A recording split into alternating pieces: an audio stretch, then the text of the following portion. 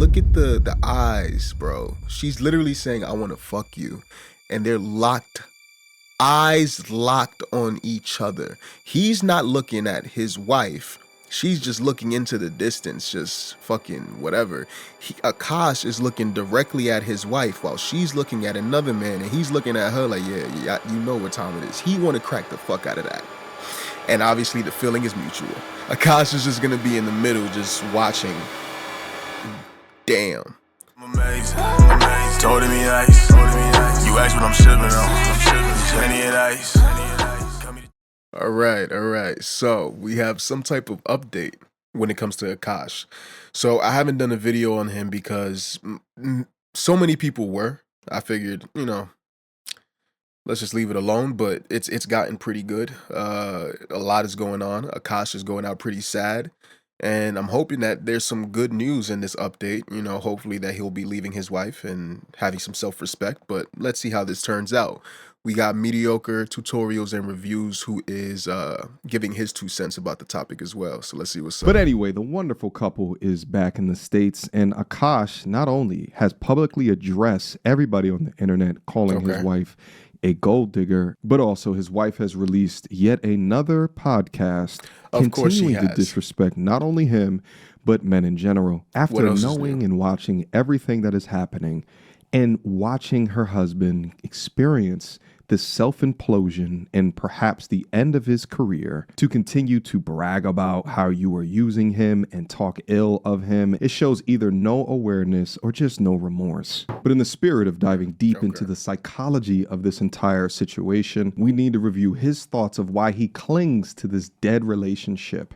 Quote, I will never find a girl that loves me this much ever. Beta! Again, ooh. Okay, see, that is sickening, bro. That is atrocious. Listen, with anything in life, women included, you should have an abundance mindset. There should never be a case or a scenario in life where you feel as though something or someone is as good as it gets, and that you will never find something either as good or possibly better. I promise you that limiting mindset is I refuse to have that type of mindset. I refuse. Everything in this world is you're able to have a surplus of. I don't think that if I meet a 10 out of 10 today, I'll never meet another 10 out of 10 tomorrow. That's not my mindset. All in all, don't have that mindset. Please have an abundance mindset with everything. Money, women, success, everything. All right. Nothing in this world is truly a one and done that you'll never get again. That speaks more to his insecurities. I hate that you feel so insecure about yourself that you will allow a woman to treat you the way that she is treating you, and you will do nothing about it because you're under the idea and the belief that you will never find another girl who will ever love you as much. That's crazy, bro. All right? There's billions of people walking this earth. All right? There's so many women in this world. I promise you, if you think one can love you to a certain degree, there's probably a lot more out there who can love you even better. You just haven't met them. You haven't experienced it. You don't have the anecdotal evidence to back it up. But it's out there. And as the longer you have this mindset that it's not out there and you'll never find better, then yeah, you're completely correct. You will never find better. All right? This man's too old to be thinking like this. I ain't gonna lie.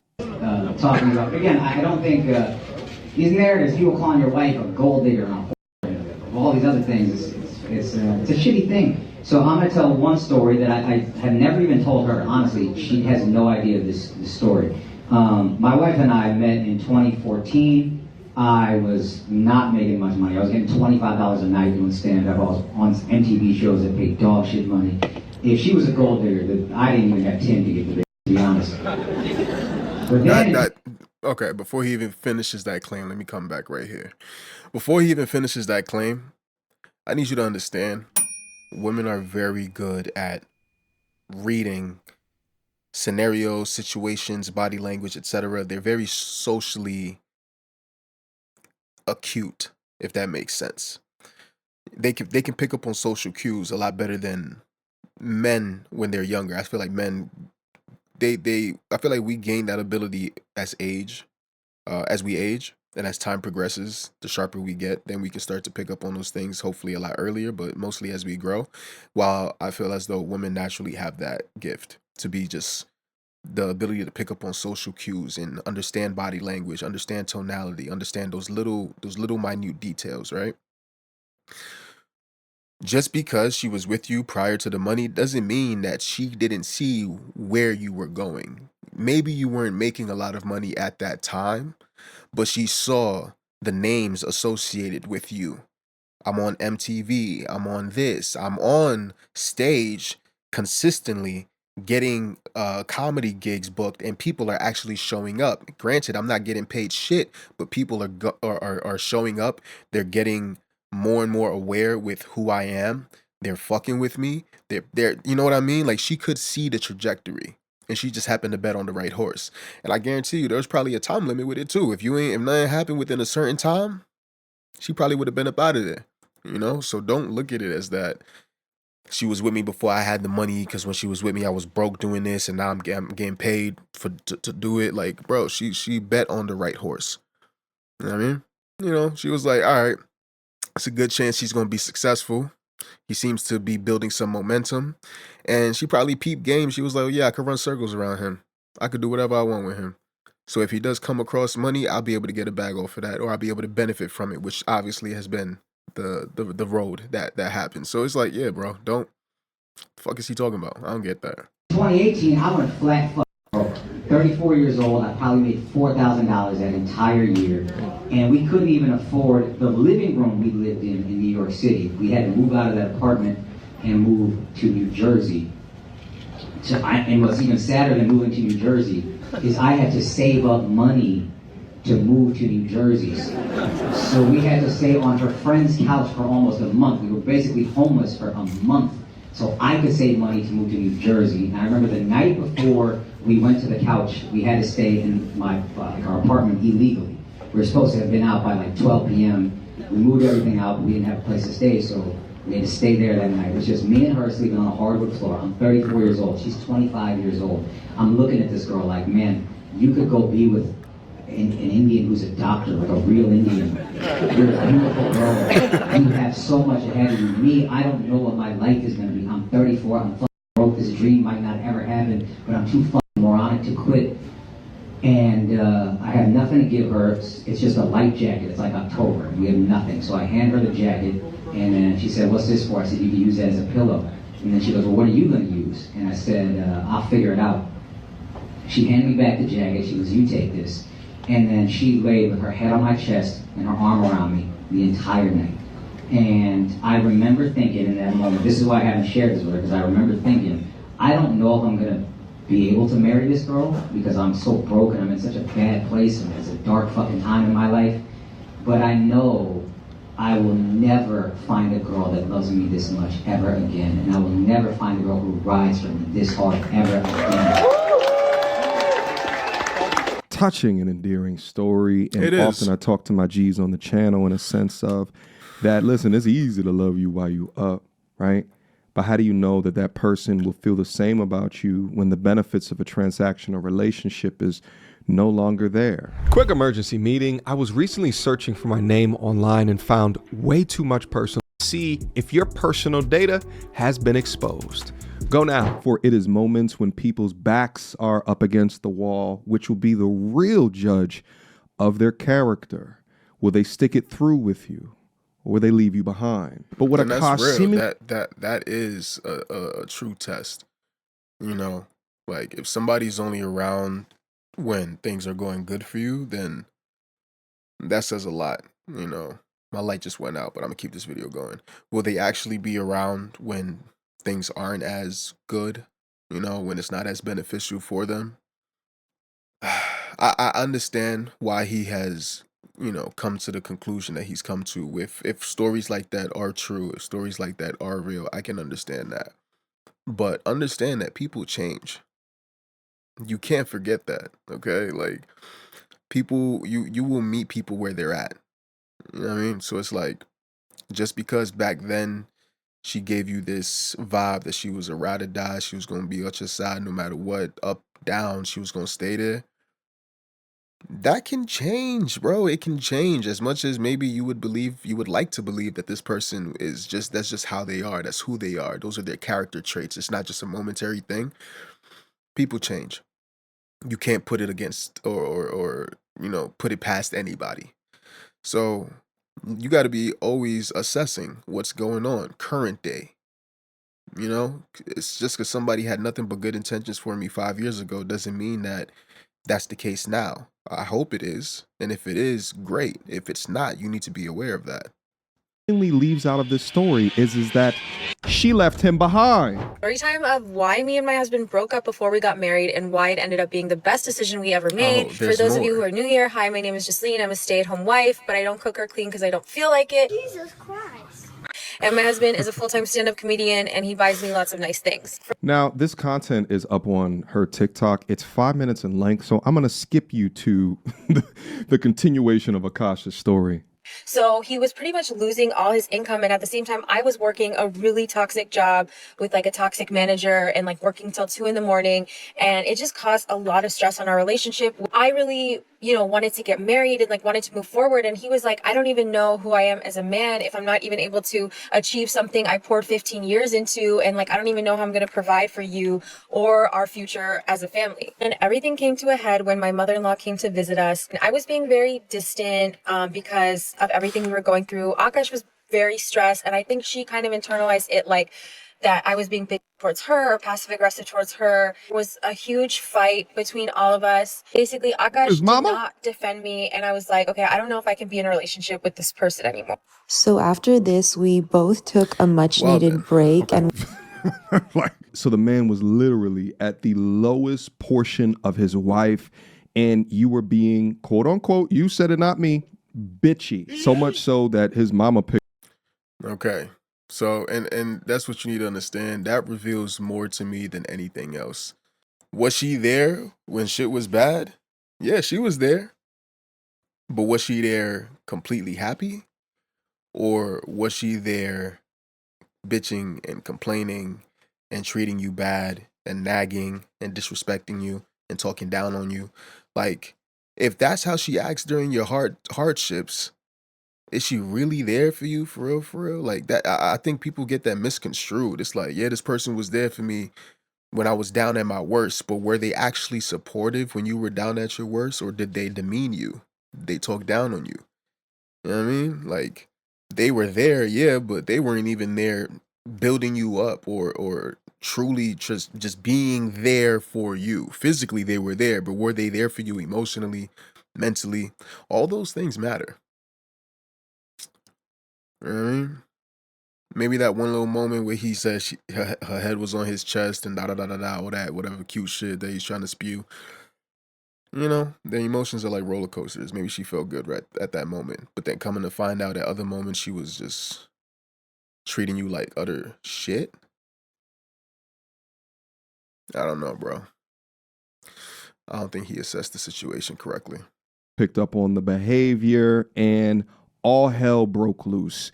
And you got mad at Akaash for not defending you through your bitchy behavior. I hope a love like this never finds me. And facts. Just so happens, after he gets up on the podcast and is getting his life back together, all of a sudden then now you get back together with him. Okay. That's how that works, huh? We were on a break! Now, one of Akaash's biggest mistakes within this entire drama was encouraging her to get up on social media and let the audience know that she's tied to him. I mean, I guess outside of the biggest mistake of choosing her, but yeah, he actually encouraged that. A lot of people don't realize that. The post date of this video was back in June of 2024 and marks the beginning of the end. All right, let's listen. All right, it's 10:45 on a Sunday. I'm making my wife do her first skincare vlog. Yes, we are going to bed at 10:45 on a Sunday.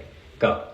Okay, I want to say thank you everyone for being really nice in your comments. I didn't actually read all the comments because I don't have a death wish and I don't like to normally be in videos because I don't like people, especially guys, saying something. So I appreciate all the nice comments, like the few that I read. I can't do this. Okay. Okay, I have really acne-prone skin. Okay. Before this video, she rarely posted and did not give an opinion of Akaash on camera. And if you pay attention, she's actually nervous on camera, which is a far cry from screaming that she wants to bang her co-host's husband on camera during a pod. She's real comfortable on camera now. You know? From seeming so shy and timid and introverted in these old clips, not wanting to be on social media, not wanting to be an influencer and all that. You got real comfortable real quick, talking wild spicy and talking wild shit that's embarrassing to your husband. Yeah, I don't know. I feel like maybe she just, I don't know. Let's see. Cast. But I actually love you and want to fuck What? all of What? actually love you and want to fuck what? All of love you. What the fuck? Wait a minute. Hold on. Do y'all see this though? Like look at the eyes, bro. She's literally saying I want to fuck you, and they're locked. Eyes locked on each other. He's not looking at his wife. She's just looking into the distance, just fucking whatever. Akaash is looking directly at his wife while she's looking at another man, and he's looking at her like, yeah, you know what time it is. He want to crack the fuck out of that. And obviously the feeling is mutual. And Akaash is, I messed up.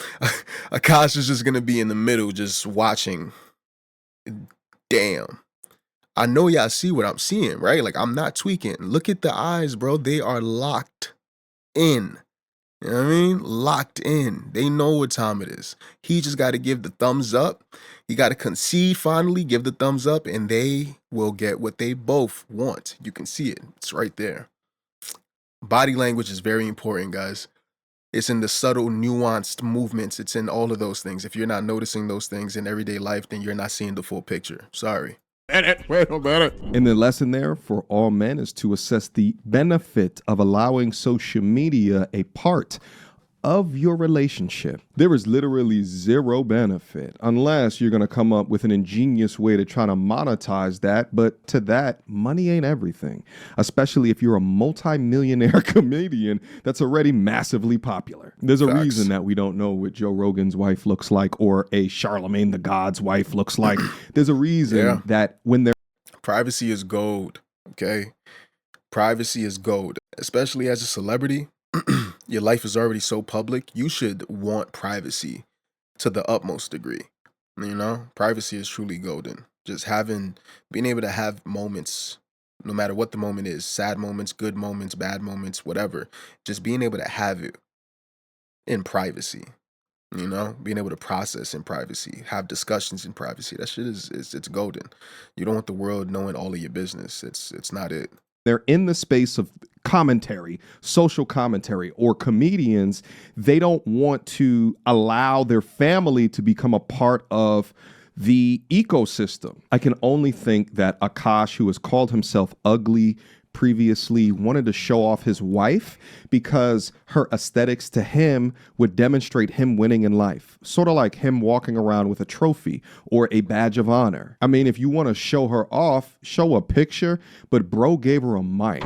And in return, the relationship has become the biggest RP lolcow or sacred lolcow that the internet has ever seen. And the flagrant subreddit, to my surprise, actually agrees with me on this topic.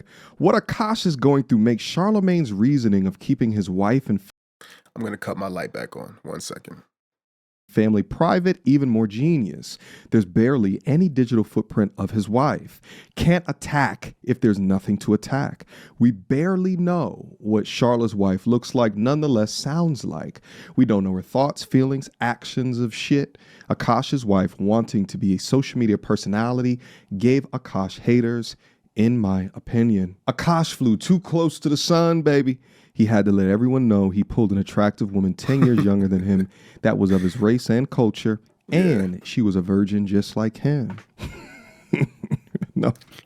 Okay, I have two butt stories. So one time I met this guy on Tinder. Not one. I made the dumb Not mistake one. of letting him...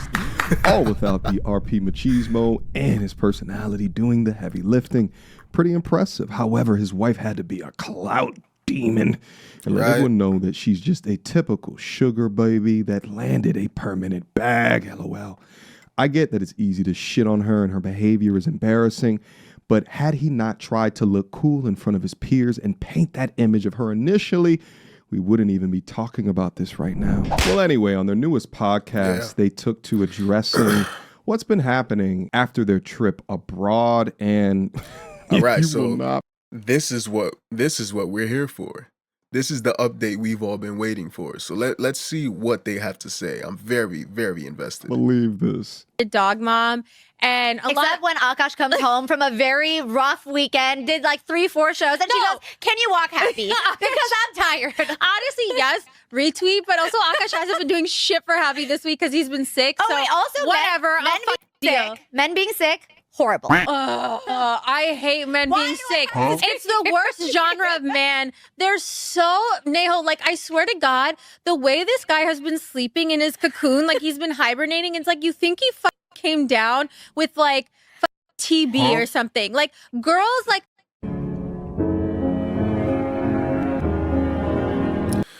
Now I'll give her a little grace because I know, myself included, I could be a big baby when I'm sick, and I know a lot of guys are the same. So, I'll give her that. But it's still a bit strange. It's like she just enjoys shitting on this dude. It's pretty sick, actually. I don't get it. Like,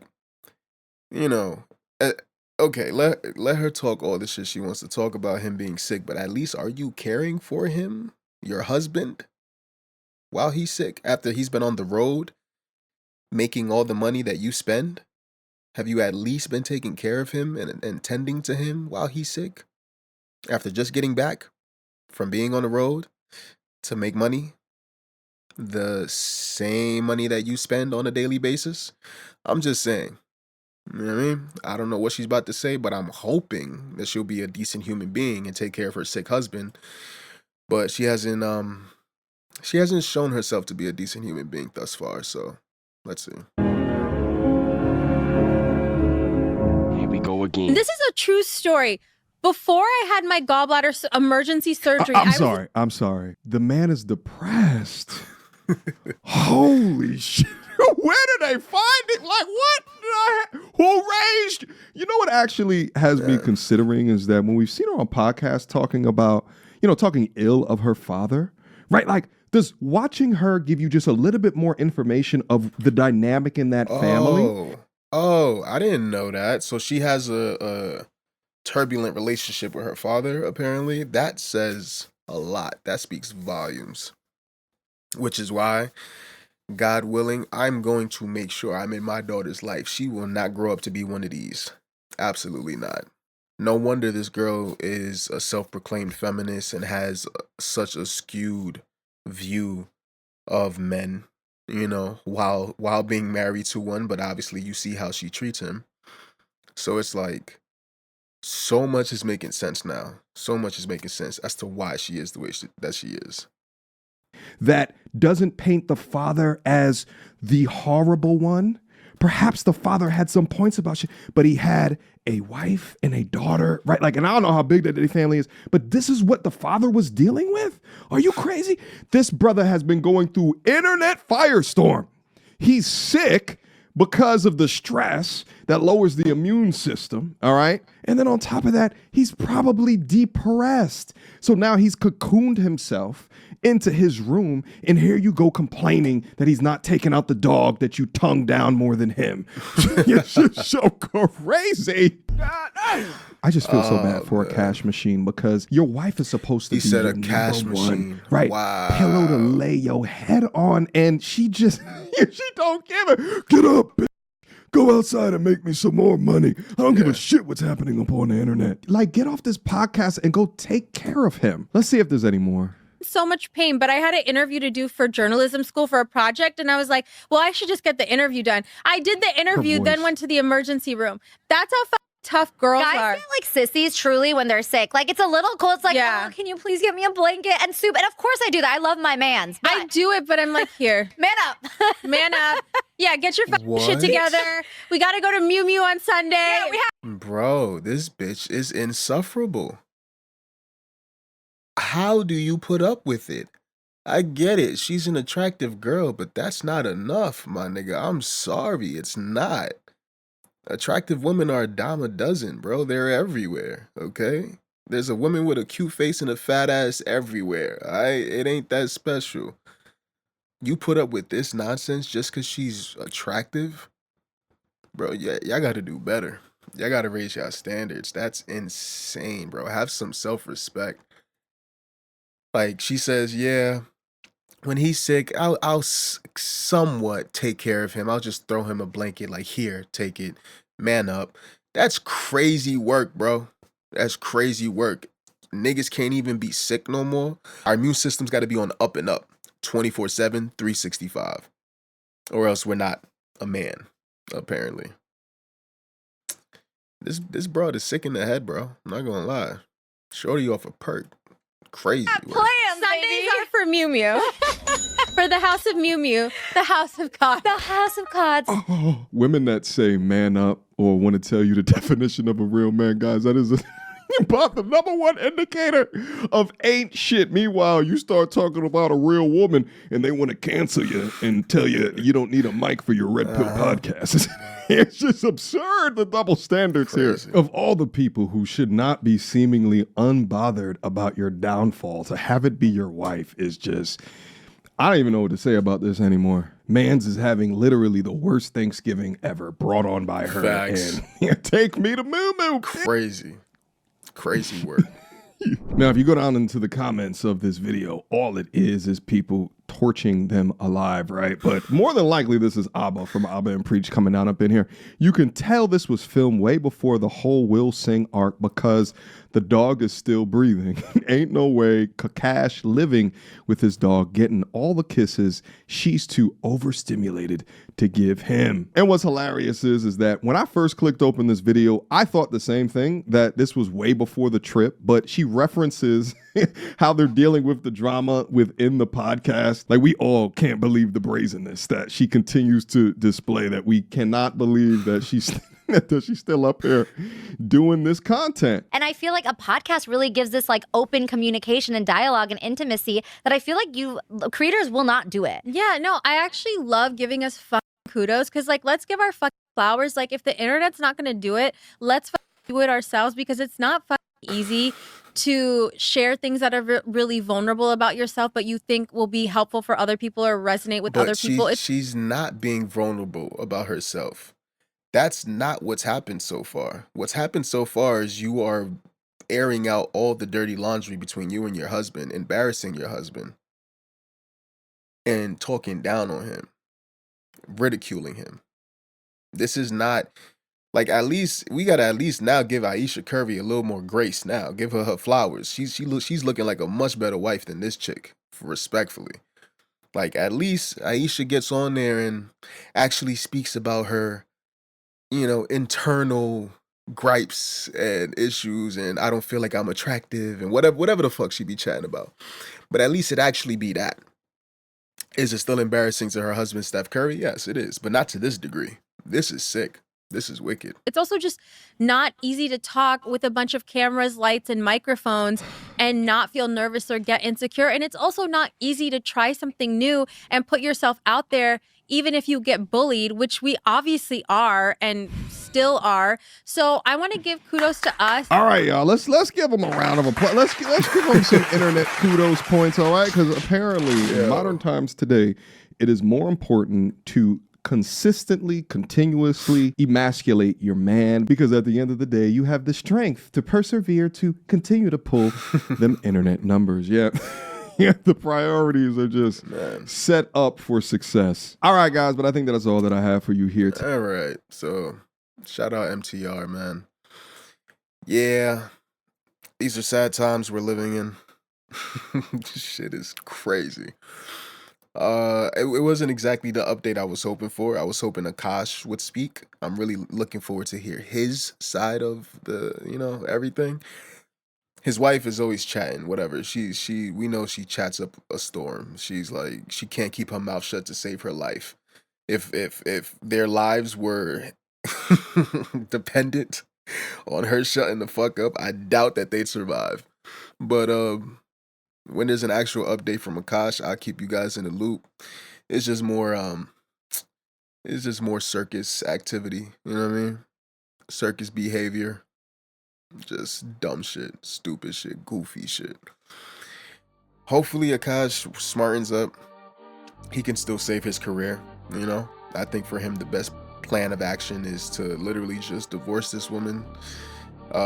You know, give her the bag that she'll be entitled to, because we know you ain't get no prenup, and just go on a tour, which you're obviously currently doing. Just keep doing more of that.